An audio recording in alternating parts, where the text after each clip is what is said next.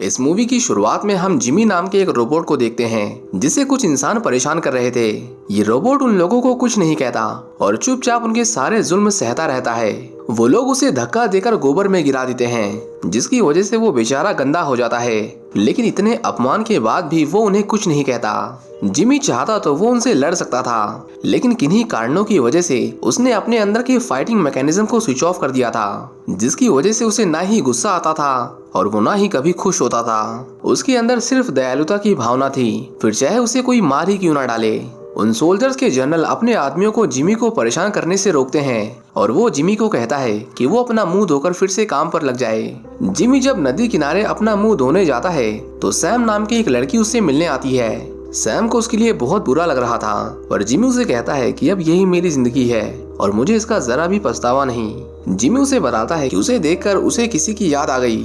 Jimmy उस शख्स के बारे में ज्यादा जिक्र नहीं करता, लेकिन उसके बारे में बात करके उसे बहुत तकलीफ हो रही थी। सैम उसके लिए एक फूलों का ताज बनाती है और उसके सिर पर रखकर वहां से चली जाती है।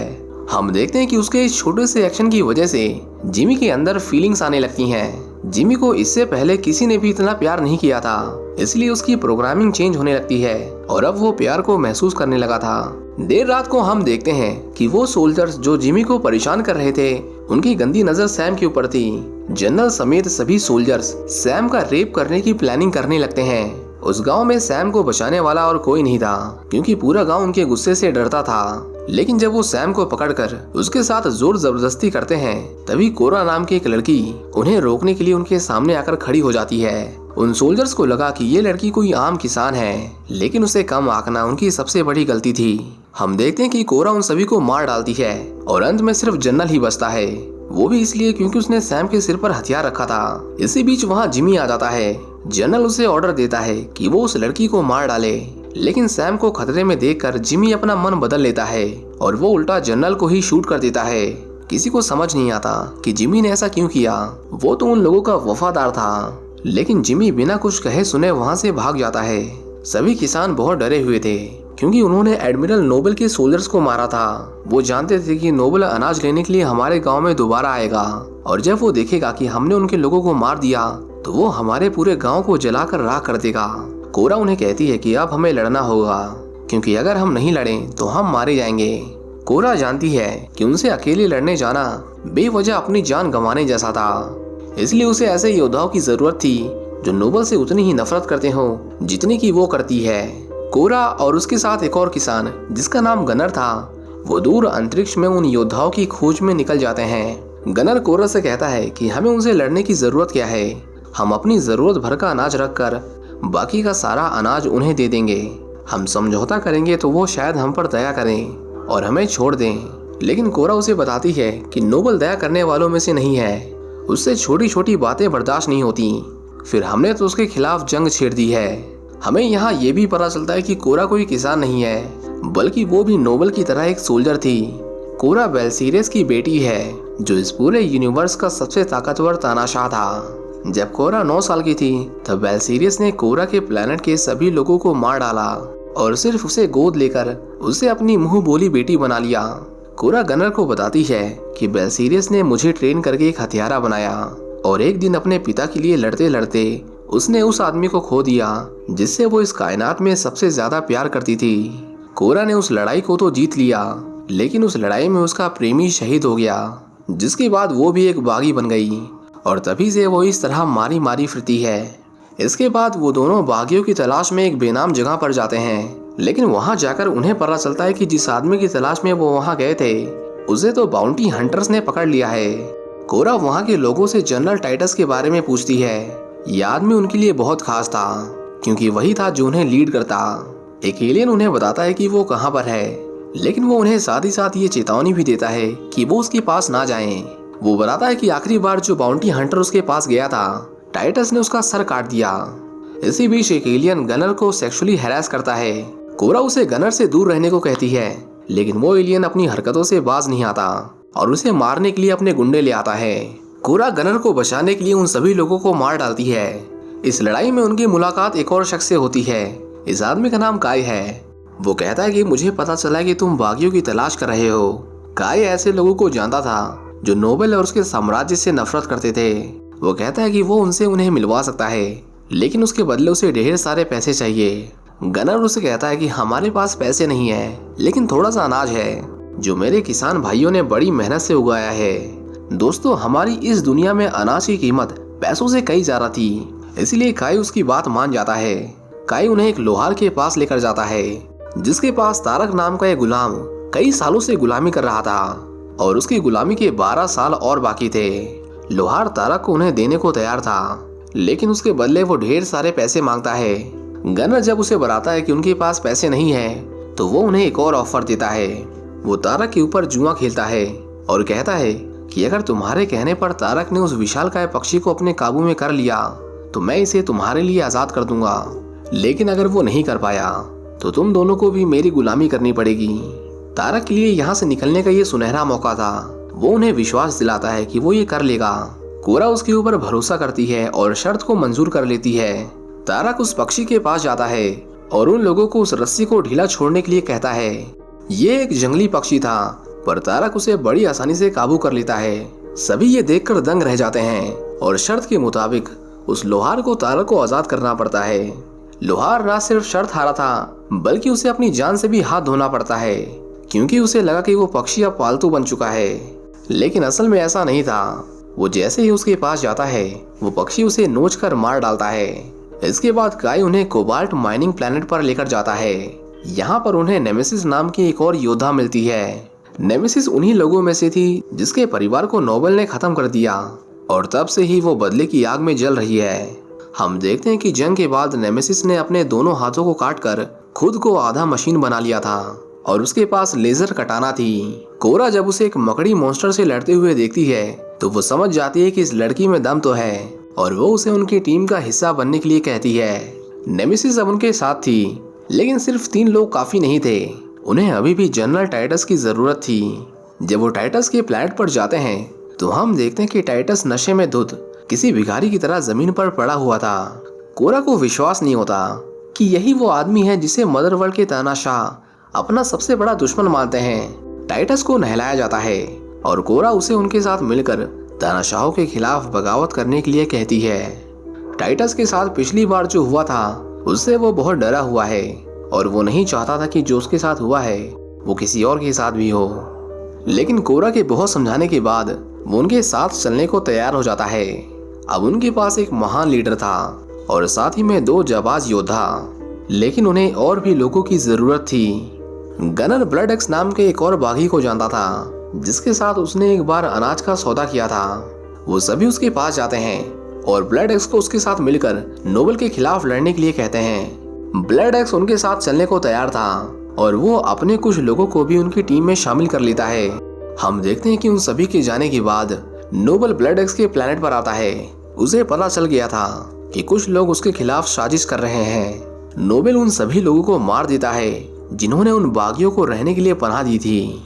उन सभी योद्धाओं को अब कोरा के गांव जाना था, इसलिए काय उन्हें एक बंदरगाह पर लेकर जाता है। लेकिन कोरा को जल्द ही समझ आ जाता है कि उसने काय पर भरोसा करके बहुत बड़ी गलती की है। हम देखते हैं कि काय उन सभी को बंदी बना लेता है। दरअसल काय भी एक बाउंटी हंटर था और ये सब उसकी चाल थी। अगर वो उन सभी को अकेले पकड़ने जाता तो शायद कभी इतने लोगों को एक साथ इकट्ठा नहीं कर पाता। काय ने नोबल से उन लोगों का सौदा किया था, जिसके बदले उसे इतने पैसे मिलते कि वो माला माल हो जाता। कुछ देर बाद वहाँ नोबल आता है। वो उन सभी के एक साथ पकड़े जाने से बहुत खुश था, खासकर कोरा के पकड़े जाने से, क्योंकि वो बेलसीरियस की बेटी होने के साथ साथ इस ब्रह्मांड की सबसे बड़ी बागी थी। वो लोग गनर को उसे मारने के लिए मजबूर करते हैं। गनर जो काई के इस धोखे से बहुत गुस्से में था, वो कोरा की जगह उल्टा काई पर हमला कर देता है और उन सभी को आजाद कर देता है। वो सभी नोबल और उसके सिपाहियों पर हमला कर देते हैं और देखते ही देखते वहाँ एक युद्ध शुरू हो जाता है। नोबल की शिप उनके सभी सिपाहियों को एक एक करके खत्म कर रही थी। ब्लड एक्स उन्हें रोकने के लिए उनकी शिप पर हमला कर देता है, लेकिन उनके ऊपर सीधे तौर पर हमला करना उसे बहुत भारी पड़ जाता है, जिसके बाद ब्लड एक्स इस लड़ाई में मारा जाता है। लेकिन मरते मरते उसने उस शिप को डिस्ट्रॉय कर दिया था, जिससे नोबल के सभी सोल्जर्स मारे जाते हैं। नोबल अब अकेला था और उसे रोकने के लिए वो सभी उस पर एक साथ हमला कर देते हैं। नोबल वहां से भागने की कोशिश करता है, लेकिन कोरा इस बार उसे इतनी आसानी से नहीं छोड़ने वाली थी। वो उसे मार मार कर लाचार कर देती है। और आखिर में उसे नीचे फेंक कर उसे वहीं मरने के लिए छोड़कर चली जाती है। इसके बाद वो सभी गांव आते हैं। उन्हें पता था कि उन्होंने नोबल को मारकर तानाशाह को गुस्सा दिलाया है और वो उनसे इसका बदला जरूर लेंगे। हम यहाँ जिमी को देखते हैं जो उन्हें छुप कर देख रहा था। जिमी उनकी मदद करना चाहता था पर वो अपनी प्रोग्रामिंग के चलते मजबूर था। दूसरी तरफ हम देखते हैं कि उन लोगों को नोबल की लाश मिल जाती है। यहाँ हमें पता चलता है कि नोबल कोई इंसान नहीं था बल्कि वो एक ह्यूमनॉइड रोबोट था। उसके लोग उसका इलाज करते हैं और कुछ ही देर में नोबल फिर से अपने पैरों पर खड़ा हो जाता है। नोबल के ब्रेन को सीधा बेलसीरियस के दिमाग से जोड़ा जाता है। बेलसेरियस उसकी इस नाकामयाबी से बहुत नाखुश था। वो कहता है कि इस बार उसे उसकी बेटी जिंदा चाहिए और अगर वो ऐसा नहीं कर पाया तो वो उसे ऐसी मौत देगा कि उसकी मौत से लोगों के रोंगटे खड़े हो जाएंगे। दूसरी तरफ गांव वाले डरे हुए थे। उन्हें डर था कि तानाशाह कभी भी आते होंगे, लेकिन कोरा उन्हें बताती है कि उसने नोबल को मार दिया है और उनके नियमों के अनुसार जब भी किसी एडमिरल की मौत होती है तब उन्हें तुरंत मदरवर्ल्ड जाना पड़ता है। कोरा को पूरा यकीन था कि अब उनमें से कोई भी यहाँ जल्दी लौटकर नहीं आने वाला, लेकिन वो गलत थी क्योंकि एक सोल्जर जो पहले नोबल के लिए काम करता था वो उन्हें बताता है कि उसका अभी अभी नोबल की शिप से कांटेक्ट हुआ है और वो 5 दिनों में यहाँ पहुँच जाएंगे। 5 दिन काफी नहीं थे। टाइटस जानता था कि यहाँ उनका सबसे बड़ा हथियार सिर्फ अनाज था, क्योंकि अगर उन्हें पता चल गया कि गांव वालों ने हमें पनाह दी है और ऊपर से किसानों के पास अनाज भी नहीं है तो वो इस पूरे गांव को ऊपर से ही खत्म कर देंगे। अगर उन्होंने आसमान से ही गोले बारूद दागने शुरू कर दिए तो हमें उनसे लड़ने तक का मौका नहीं मिलेगा। उनसे जीतना तो बड़ी दूर की बात है। टाइटस सभी किसानों को कहता है कि उन्हें अगले 3 दिनों में ही फसल की कटाई करनी होगी। किसान जानते थे कि ये काम नामुमकिन है, लेकिन फिर भी उनमें से कोई भी काम करने से मना नहीं करता और अगली सुबह वो सभी फसल की कटाई में जुट जाते हैं। देखते ही देखते उन्होंने अगले 3 दिनों में पूरी फसल काटकर अनाज तैयार कर लिया था। नोबल से ये उनकी पहली और आखिरी लड़ाई होने वाली थी, इसलिए काम खत्म होने के बाद वो सभी भरपेट खाना खाते हैं और जश्न मनाते हैं। गनर कोरा से पूछता है कि तुमने ऐसा क्या किया जिसकी वजह से तुम इस ब्रह्मांड की सबसे बड़ी अपराधी बन गई। कोरा उसे बताती है कि जब वो अपने पिता के लिए काम करती थी तो उन्होंने उसे राजकुमारी के अंग रक्षक के तौर पर नियुक्त किया था। वो बताती है कि राजकुमारी के पास दिव्य शक्तियां थी और वो किसी भी मरे हुए को जिंदा कर सकती थी। राजा ने सोचा कि उनकी बेटी इस पूरी दुनिया में शांति का प्रतीक बनेगी। उन्होंने फैसला किया कि अब से वो अपने साम्राज्य को त्याग कर ब्रह्मांड में शांति कायम करेंगे। लेकिन मेरे पिता राजा की बातों से सहमत नहीं थे। वो अपनी सालों की मेहनत को किसी छोटी बच्ची की वजह से बर्बाद नहीं होने देना चाहते थे। उन्होंने धोखे से राजा और उसके परिवार को मरवा दिया और उन्होंने मुझे भी राजकुमारी को मारने के लिए मजबूर किया। कोरा कहती है कि जब उसने राजकुमारी को मारा तब मेरे पिता ने भरी सभा में मुझ पर शाही परिवार को खत्म करने का इल्जाम लगाया और इस तरह मैं उस गुनाह की दोषी बन गई जो मैंने कभी किया ही नहीं था। जिमी उन सभी को छुपकर देख रहा था, मानो जैसे कि उनकी मदद करना चाहता है, लेकिन कोई चीज उसे रोक रही थी। हम देखते हैं कि चौथे दिन टाइटस गांव के लोगों को बंदूकें चलाना सिखाता है और जिन लोगों के पास बंदूकें नहीं थी उन्हें नेमेसिस तलवार चलाने की ट्रेनिंग देती है। उन सभी ने जमीन के अंदर बड़ी बड़ी सुरंगें बनाई थी जिसके नीचे छुपकर वो सभी लोग सही मौके का इंतजार करते हैं। जनरल टाइटस उन सभी लोगों से कहते हैं कि कल उनका शायद आखिरी दिन है।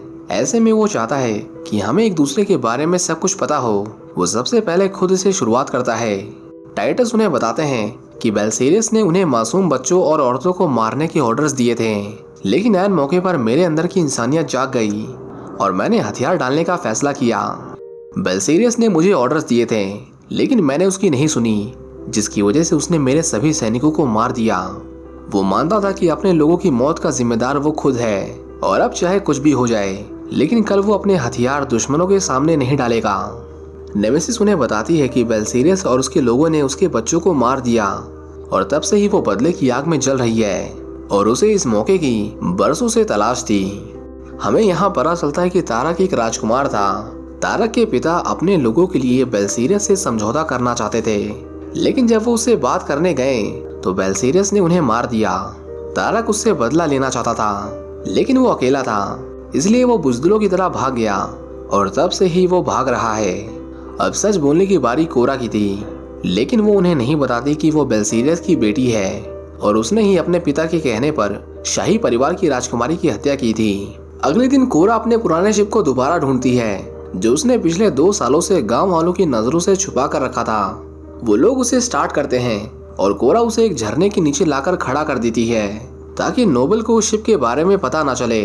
कोरा देखती है कि जिमी उसका पीछा कर रहा था। वो जिमी से कहती है कि तुम इस लड़ाई में हमारा साथ क्यों नहीं देते, लेकिन जिमी उसे कहता है कि शाही परिवार के मरने के बाद उसने लड़ना छोड़ दिया है। उसे खुद पर शर्म आने लगी थी और पछतावे के बोझ के तले वो पूरी तरह से दब गया था। कोरा उसे समझाती है कि हम दोनों की कहानी एक जैसी है। वो उसे बताती है कि मैंने उस शाही परिवार को खत्म करने में अपने पिता की मदद की जिसे तुम बचाना चाहते थे, लेकिन मैं अब पछतावा नहीं करना चाहती। मैं अन्याय के खिलाफ लड़ना चाहती हूँ।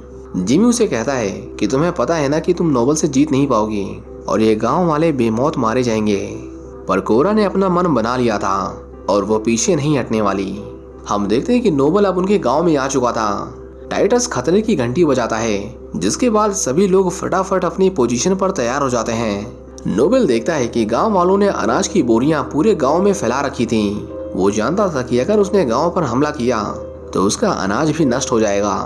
नोबल को मजबूरन अपने जहाजों को लैंड कराना पड़ता है। वो कोरा के सामने आता है और उसे कहता है कि तुम्हें ये सब करके क्या हासिल होगा। कोरा उसे कहती है कि ये गांव वाले तुम्हें तुम्हारी जरूरत का अनाज दे देंगे, लेकिन अगर तुमने जोर जबरदस्ती की तो तुम्हें इसका अंजाम भुगतना पड़ेगा। नोबल उसे कहता है कि तुम्हें क्या लगता है कि मुझे पता नहीं कि तुमने गांव वालों को कहाँ छुपा रखा है। मैं तो यहाँ बस तुम्हारा ध्यान भटकाने आया हूँ। अब तक तो मेरे सिपाहियों ने इस गांव की औरतों और बच्चों को अपने कब्जे में कर लिया होगा।